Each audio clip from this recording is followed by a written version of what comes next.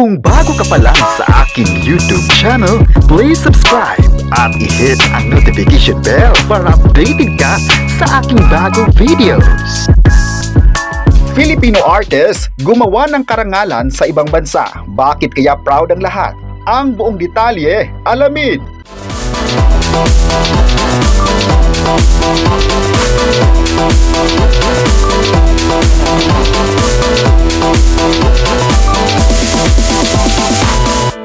Nakakatuwa naman ang mala Pinoy invasion sa Hollywood.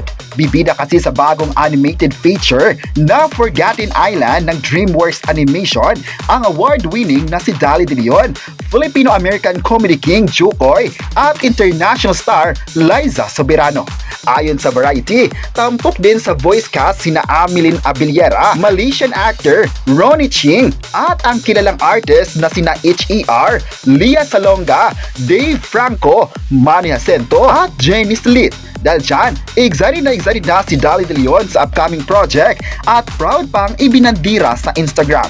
Caption niya sa post, over the moon raw na may excitement at Pinoy pride na ma-share ang Forgotten Island sa buong mundo.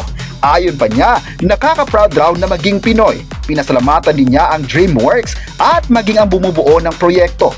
Sa comment section naman, maraming celebrities ang super happy sa magandang balita ni Dali De Leon. Nagbigay ng comments si Charo Santos Concio ng congrats. Ang kwento ng Forgotten Island ay tungkol sa lifelong best friends na sina Joe at Riza na na-stranded sa mahiwagang isla ng Nakali.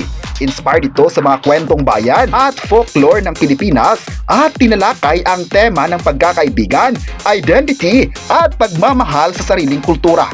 Ang upcoming animation ay papalabas na sa sinihan sa September 25 at inaasahang ibabandira ang unang trailer very soon. Dahil dito marami sa mga fans ni Dali at ibang mga Pinoy artists ang excited na sa paparating na international film.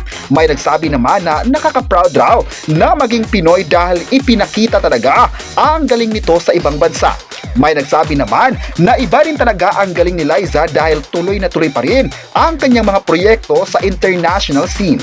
May nagsabi naman na marami pa talagang gagawin si Liza sa ibang bansa dahil magaling talaga siya kaya kinuha sa mga malalaking proyekto. May nagsabi naman na deserve naman talaga ni Liza na mapapabilang sa mga malalaking proyekto sa ibang bansa dahil pinatunayan niya na kaya niyang makipagsabayan sa mga malalaking artista sa buong mundo. Nakaka-proud din daw na makitang sikat na sikat si Liza sa ibang bansa at nakakasama niya ang mga international artists. Umaasa naman ang lahat na gagawa rin siya sa ABS-CBN ng mga proyekto kapag uwi na ito ng bansa. Ano ang masabi nyo na bida ang mga Filipino artists sa isang international films? I-comment na kung proud ba kayo kay Liza Soberano at huwag kalimutang i-subscribe ang ating YouTube channel.